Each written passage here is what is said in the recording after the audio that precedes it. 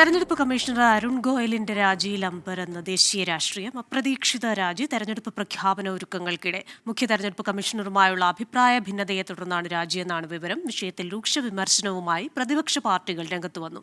BJP ടിക്കറ്റിൽ മത്സരിക്കാനാണോ രാജിയെന്ന് കോൺഗ്രസ് വക്താവ് ജയറാം രമേശ് ചോദിച്ചു.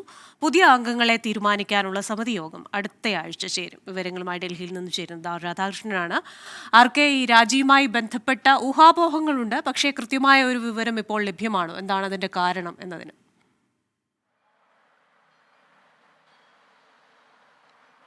തീർച്ചയായിട്ടും ഇക്കാര്യത്തിൽ ഊഹാപോഹങ്ങൾ മാത്രമേ ഇപ്പോഴും ഉള്ളൂ. ഇതിൻ്റെ ഏറ്റവും പ്രധാനപ്പെട്ട കാര്യമായിട്ട് പറയുന്നത് മുഖ്യ തെരഞ്ഞെടുപ്പ് കമ്മീഷണറുമായിട്ട് ഉണ്ടായ അഭിപ്രായ വ്യത്യാസമാണ് ഈ രാജിയിൽ കലാശിച്ചത് എന്നുള്ളതാണ്.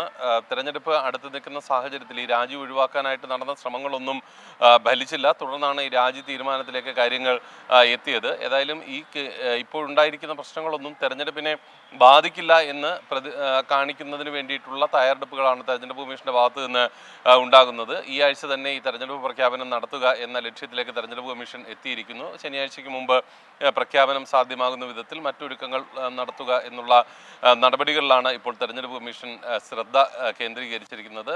നാളെ അടക്കമുള്ള ദിവസങ്ങൾ ജമ്മുകാശ്മീർ അടക്കമുള്ള സ്ഥലങ്ങളിലേക്ക് നടത്തേണ്ടിയിരിക്കുന്ന സന്ദർശനം അത് കമ്മീഷണറുടെ അസാന്നിധ്യത്തിലും ഉദ്യോഗസ്ഥന്മാരെ മാത്രം ഉൾപ്പെടുത്തിക്കൊണ്ട് കാര്യങ്ങൾ മുന്നോട്ട് കൊണ്ടുപോകാനായിട്ടുള്ള നീക്കങ്ങളാണ് ഇപ്പോൾ നടക്കുന്നത്. അതിൻ്റെയാണ് ഈ 2 കമ്മീഷണർമാരെ തെരഞ്ഞെടുക്കുന്നതിന് വേണ്ടിയിട്ടുള്ള സമിതിയുടെ യോഗം, പ്രധാനമന്ത്രി അധ്യക്ഷനായിട്ടുള്ള സമിതിയുടെ യോഗം ഈ ആഴ്ച തന്നെ ഉണ്ടാകും എന്ന വിവരങ്ങളും പുറത്തു വരുന്നത്. 2 പുതിയ കമ്മീഷണർമാരെ തെരഞ്ഞെടുക്കുക എന്നുള്ളതായിരിക്കും ആ അജണ്ടയുടെ ഭാഗമായിട്ടുണ്ടാകുന്നത്.